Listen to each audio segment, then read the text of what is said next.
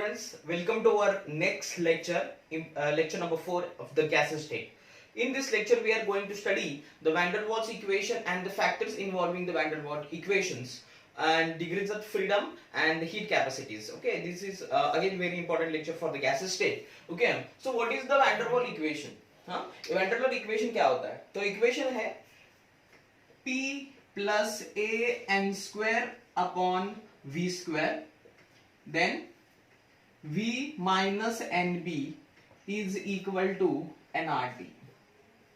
This is van der Waals equation. मैं बताऊंगा आगे ये वैन डर वाल्स इक्वेशन क्या है और ये क्यों डिटरमाइन किया गया. मैंने आपको लास्ट लेक्चर में पढ़ाया था कि रियल गैसेस और आइडियल गैसेस में फर्क होता है. Real gases and ideal gas is a hypothetical concept which are not involved in the real, while the real gases are included. मतलब जो एटमॉस्फेयर में सारी जो गैसेस है वो रियल गैसेस है. समझ में आ रहा है. तो वैन डर वाल ने क्या किया कि रियल गैसेस के लिए इक्वेशन फाइंड आउट किया. तो उसमें क्या किया, देखो ये फैक्टर्स कुछ ऐड किए. तो अभी मैं क्या करूंगा, फॉर द 1 मोल करूंगा, फॉर 1 मोल. ठीक है, तो 1 मोल के लिए n की वैल्यू तो 1 होगी. तो इक्वेशन क्या आएगा, P plus A upon V square. ठीक है, V minus B is equal to RT. This is the van der Waals equation for the 1 mole. ठीक है, अभी ये क्या है, ये है, इसको बोलेंगे हम प्रेशर करेक्शन. क्या बोलेंगे हम, pressure correction. Okay, and this is called as a volume correction. This is called as a volume correction. Volume correction ये क्या है, pressure correction and volume correction क्यों किया गया. तो according to the kinetic theory of the gases, according to kinetic theory of the gases KTG, no forces are exerted on the wall of the containers. No forces are exerted on the wall of the container. ठीक है, मतलब इसका मतलब क्या है, एक according to the kinetic theory of the gases कोई भी मॉलिक्यूल्स कंटेनर के वॉल पे प्रेशर एक्सर्ट नहीं करते. कोई भी गैसेस मॉलिक्यूल्स कंटेनर के वॉल के ऊपर प्रेशर एक्सर्ट नहीं करते. ये होगा किसके लिए, आइडियल गैसेस के लिए. बट रियल गैसेस तो फोर्स एक्सर्ट करेंगे ना. Real gases have some force. Real gases के मॉलिक्यूल्स, कुछ तो मॉलिक्यूल्स जाके वो कंटेनर के वॉल के ऊपर कोलाइड होंगे और वो क्या करेंगे, प्रेशर एक्सर्ट करेंगे. इसीलिए हम उस प्रेशर को निग्लिजिबल नहीं कर सकते. आइडियल गैस इक्वेशन क्या बताता है, PV is equal to nRT. लेकिन यहाँ पे हमने कुछ फैक्टर, मतलब जो यहाँ पे हमने प्रेशर कंसीडर नहीं किया था. प्रेशर जो होगा, मतलब according to the kinetic theory of the gases no forces are exerted on the wall of the container. But real gases में फोर्सेस एक्चुअल में होंगे. वो कुछ तो फोर्स, प्रेशर जो है वो एक्सर्ट करेंगे. इसीलिए हमने उसके लिए एक फैक्टर ऐड किया है. इसीलिए मैंने उसको बोला है वॉल्यूम प्रेशर करेक्शन. ठीक है, नेक्स्ट, अभी ये हो गया प्रेशर करेक्शन मैंने क्यों डाला है. ठीक है, तो अभी वॉल्यूम करेक्शन क्यों डाला है. वॉल्यूम के लिए क्या होगा, वॉल्यूम के लिए देखो आप, यहाँ पे मैंने एडिशन किया है, ये फैक्टर ऐड हुआ है. मतलब जो प्रेशर है उससे कुछ तो ज्यादा प्रेशर है. ये वाला, इतना वाला प्रेशर कुछ तो ज्यादा है. लेकिन वॉल्यूम में क्या किया है, सब्सट्रैक्ट किया है. समझ में आ रहा है. तो वॉल्यूम में क्या होगा, according to the kinetic theory of the gases, according to the KTG, volume is total volume of gas molecule is negligible.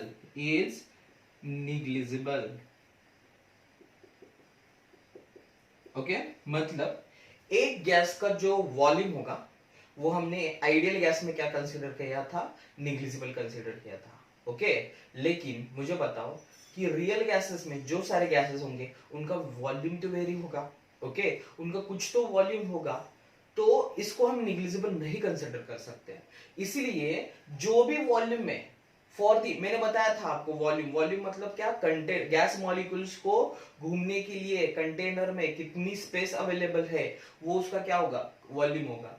तो अभी गैस मॉलिक्यूल्स का हम गैस मॉलिक्यूल्स का वॉल्यूम हम निग्लिजिबल कंसीडर करते थे, तो अभी क्या होगा, कुछ तो वॉल्यूम है, मतलब उतनी जगह कम पड़ गई, ओके, वॉल्यूम, ओके। सो इसीलिए मैंने ये फैक्टर ऐड किया है V minus D, okay. So this is called as the pressure correction and this is called as a volume correction. अभी ये फैक्टर देखेंगे, ये क्या है, ये ए बी फैक्टर क्या है, okay. Of values of a and b, a and b, okay, values of a and b. A, it is the indirect measure of, it is the indirect measure of magnitude of, indirect measure of magnitude of attractive forces of molecules, attractive forces of molecules, attractive forces of molecules क्या होगा, A, it is the indirect measure of magnitude, मतलब कुछ तो attractive force है ना, उसके लिए हमने क्या लिया है, A लिया है, ठीक है। तो greater the value of A, greater the value of A, more easily gas can liquefied, more easily gas can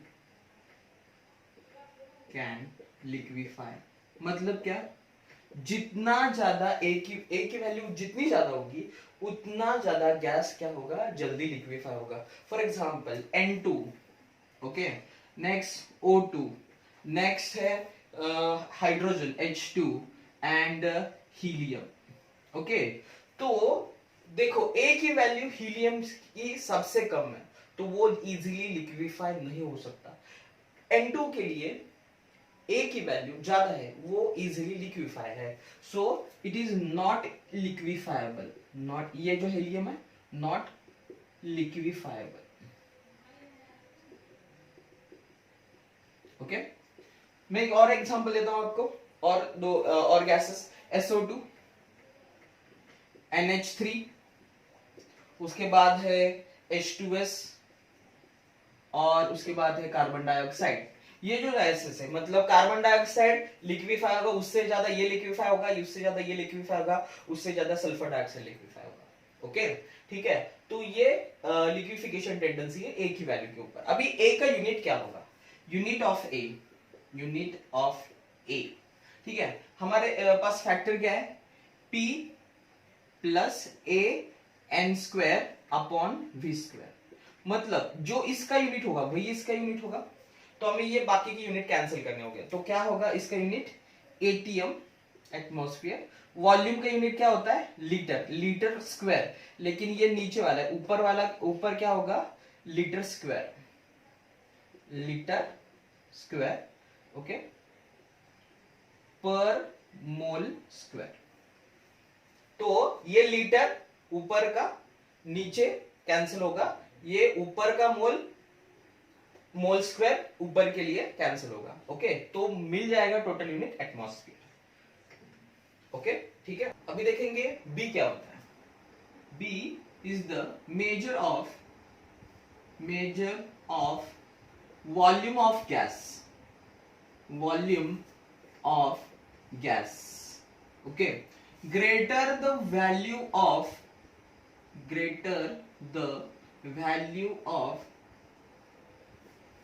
B, larger is diameter, larger is the diameter, जितनी ज्यादा B की वैल्यू होगी उतना ज्यादा उसका डायमीटर होगा, ओके।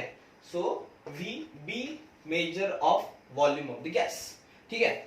नेक्स्ट, अभी इसका यूनिट क्या होगा, यूनिट फैक्टर क्या लिया था हमने, V माइनस NB, तो इसका जो यूनिट होगा वही उसका होगा। इसका यूनिट क्या है, लीटर, इसका यूनिट इसका यूनिट भी लीटर होगा, इसका क्या होगा, मोल, तो क्या होगा, लीटर पर मोल, लीटर पर मोल, ये हो गया बी का यूनिट। तो समझ में आया आपको वैन डर वाल्स इक्वेशन? फिर से मैं एक बार आपके सामने लिखता हूं, P plus a n square upon V square, okay, V minus n b is equal to R T, ये इक्वेशन है एन आर टी, ओके। हाँ, तो ये हो गया प्रेशर करेक्शन, ये हो गया volume correction for the real gases, for the real gases. समझ में आया आपको? ओके। क्रिटिकल स्टेट क्या होता है? Okay, so critical state, critical state, it is the state at which vapor phase and liquid phase are indistinguishable,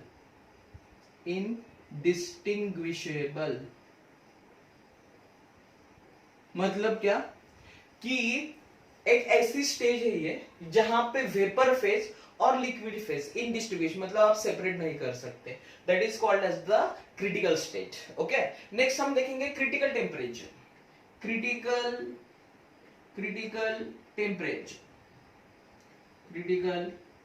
temperature, okay, critical temperature Tc, critical temperature Tc, it is the temperature above which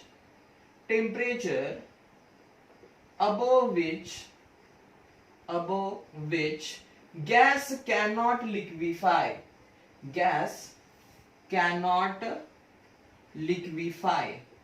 एक ऐसा temperature है जिसके ऊपर gas liquefy नहीं होता, that is called as the critical temperature. Okay, उसके लिए formula है Tc is equal to 8a upon 27 Rb, 8a upon 27 Rb. This is the value when we have to find out the critical temperature, then 8a upon 27 Rb करोगे तो आपको मिल जाएगा gases के लिए, ठीक है।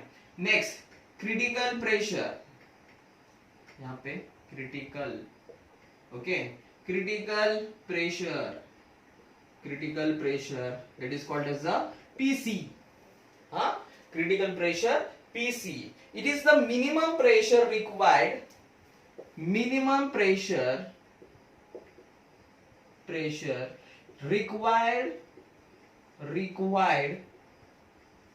for gas to liquefy, ये कम से कम प्रेशर है किसके लिए? गैसेस के लिए, टू लिक्विफाई करने के लिए जितना कम से कम प्रेशर लगता है उसको हम क्या बोलते हैं? Critical pressure. उसके लिए वैल्यू है Pc is equal to numerator से मैं 8a upon 27b square, 8a upon 27b square. Next होता है क्रिटिकल वॉल्यूम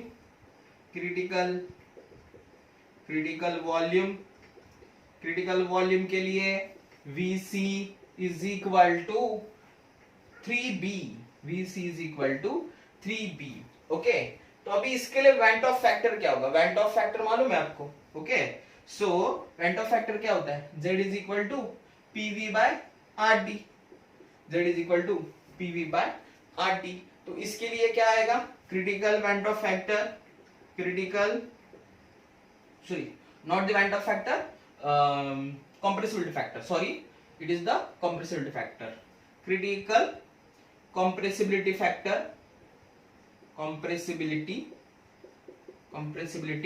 factor, okay। तो क्या होगा?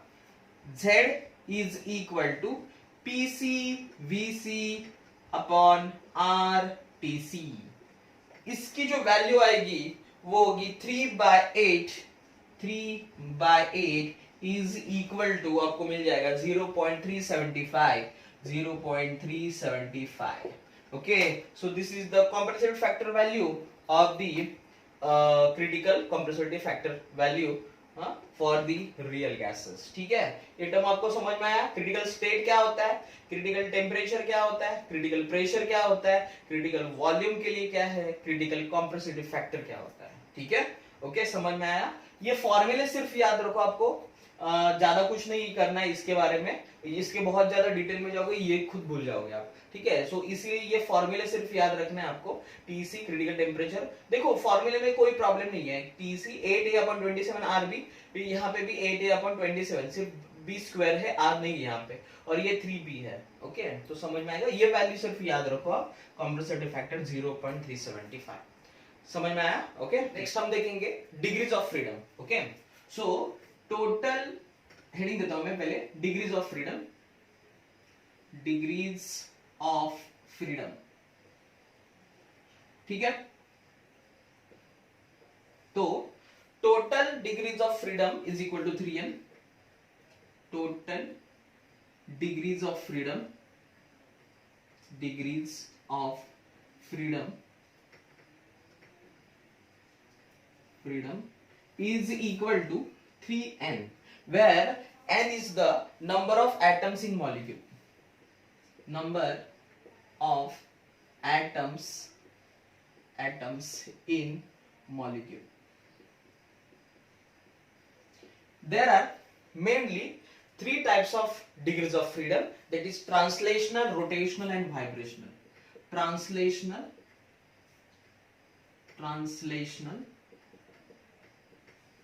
rotational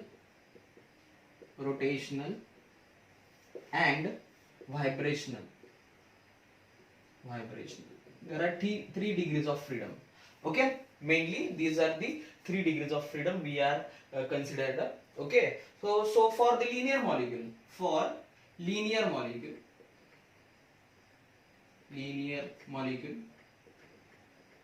like the carbon dioxide also.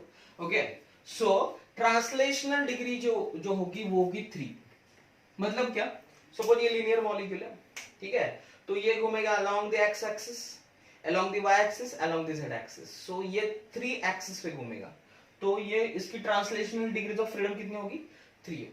लेकिन रोटेशनल डिग्रीज ऑफ फ्रीडम होगी उसकी 2।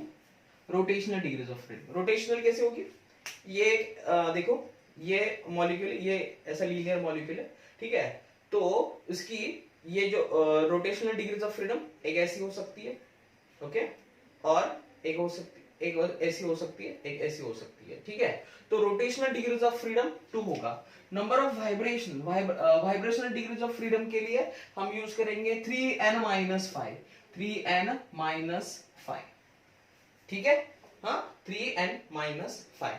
तो n is the number of atoms in the molecule. Suppose हमने कार्बन डाइऑक्साइड ले लिया, C डबल बॉन्ड O, तो कितने मॉलिक्यूल हो गए यहाँ पे, नंबर ऑफ एटम्स कितने हो गए, 3। सो 3 into 3 that is 9, 9 minus 5 that is 4, so 4 degrees of vibration हो गया। ठीक है, next for non linear molecule,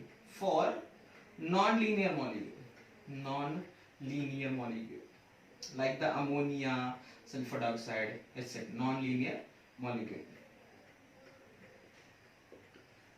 translational 3 हो गया, along the axis, along the y axis, along the z axis। लेकिन रोटेशनल 3 टाइप का होगा। ठीक है, सेम, एक ऐसा घूम सकता है, हाँ, एक ऐसा घूम सकता है, ओके, और एक ऐसे घूम सकता है। ठीक है, 3 टाइप का रोटेशन होगा उसमें। सो 3 यहाँ पे वाइब्रेशन होगा 3n-6, 3n-6। ओके, सपोज मैंने अमोनिया ले लिया, तो अमोनिया में एटम कितने हो गए, NH3 अमोनिया ले लिया मैंने। ठीक है, तो कितने एटम हो गए, 1 2 3 and 4। ओके, सो 3 into 4 डालो, -6 करो, तो आपको क्या मिलेगा, डिग्री ऑफ वाइब्रेशन मिलेगा। ठीक है, तो ये है डिग्रीज ऑफ फ्रीडम। इसका ज्यादा जो पार्ट है ना वो फिजिक्स में। ओके, तो ये यहाँ पे हमें सिर्फ इतना ही चाहिए कि डिग्री ऑफ वाइब्रेशन हमें कैसे निकालना है, डिग्रीज ऑफ फ्रीडम क्या होता है, बस वही चाहिए। ज्यादा मैं बताऊंगा आपको आगे जाके। ओके, और next point is the heat capacity. Heat capacity क्या होती है, C is equal to Q/m delta T।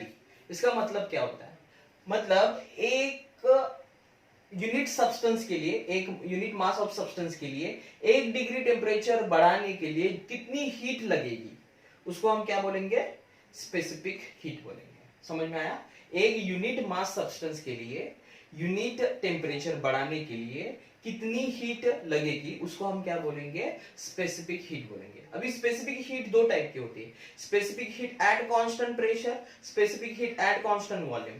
तो हम देखेंगे यहाँ पे Cp the molar specific molar heat capacity, okay, at constant pressure, मतलब कांस्टेंट प्रेशर पे मोलर हीट कैपेसिटी कितनी होगी। So Q is equal to, देखो ये इक्वेशन रीअरेंज किया है सिर्फ, so Q is equal to NCP delta T, NCP delta T। इसका यूनिट क्या होगा, जूल पर मोल पर केल्विन। ये कैसे आया, तो Cp को इधर ही रखो, ये दोनों नीचे ले चलो। सो इसका यूनिट होगा जूल, इसका यूनिट होगा मोल, और इसका यूनिट होगा पर केल्विन। तो बहुत ही इजी है। हाँ, सो Cp, ये फॉर्मूला बहुत इंपॉर्टेंट है, ये आपको दोनों फॉर्मूले याद रखने। Q is equal to NCP delta T, Cv is equal to also Q is equal to NCV delta T at constant volume.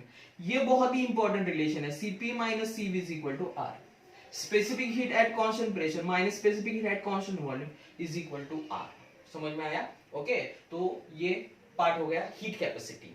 Okay, हमारे पास एक रिलेशन है Cp minus Cv is equal to R and Cp upon Cv is equal to gamma. ठीक है, तो gamma की value बहुत important है। तो मैंने आपको एक डिग्रीज ऑफ फ्रीडम पढ़ाया था, तो इसका यूज अभी होगा। ठीक है, तो मैंने एक चार्ट बनाया यहाँ पे, बहुत बहुत इंपॉर्टेंट है। ठीक है, तो डिग्रीज ऑफ फ्रीडम, ये Cv की वैल्यू होगी, कैसे निकालते हैं Cp की वैल्यू और गैमा की वैल्यू। ठीक है, तो देखो मैंने मोनोएटॉमिक गैस के लिए क्या होगा, डायटोमिक गैस के लिए वो क्या होगा, और पॉलीएटॉमिक गैस के लिए क्या होगा। बहुत ही सिंपल है। Okay, so for the monoatomic gas degrees of freedom कितना होगा, 3, मैंने बताया था आपको। ओके, सो Cv की वैल्यू कैसे निकालते हैं, degrees of freedom upon 2 plus R, degrees of freedom upon 2 plus R। तो Cv की वैल्यू इसके लिए कितनी होगी, 3/2 प्लस R।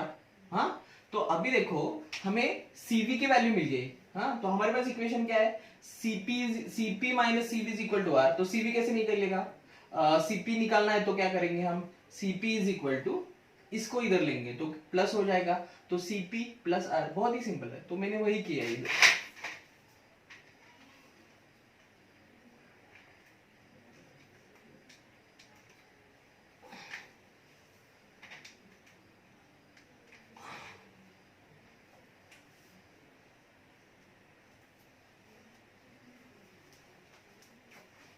तो मैंने वही किया है इधर, Cp minus Cv is equal to Cp is equal to Cv plus R, gamma is equal to Cp upon Cv। तो बहुत ही, देखो यहाँ पे बहुत ही सिंपल है, Cv is equal to 3/2 R, Cp is equal to Cv कितना है, 3/2 plus R and plus R, तो कितना हो गया 5/2 R।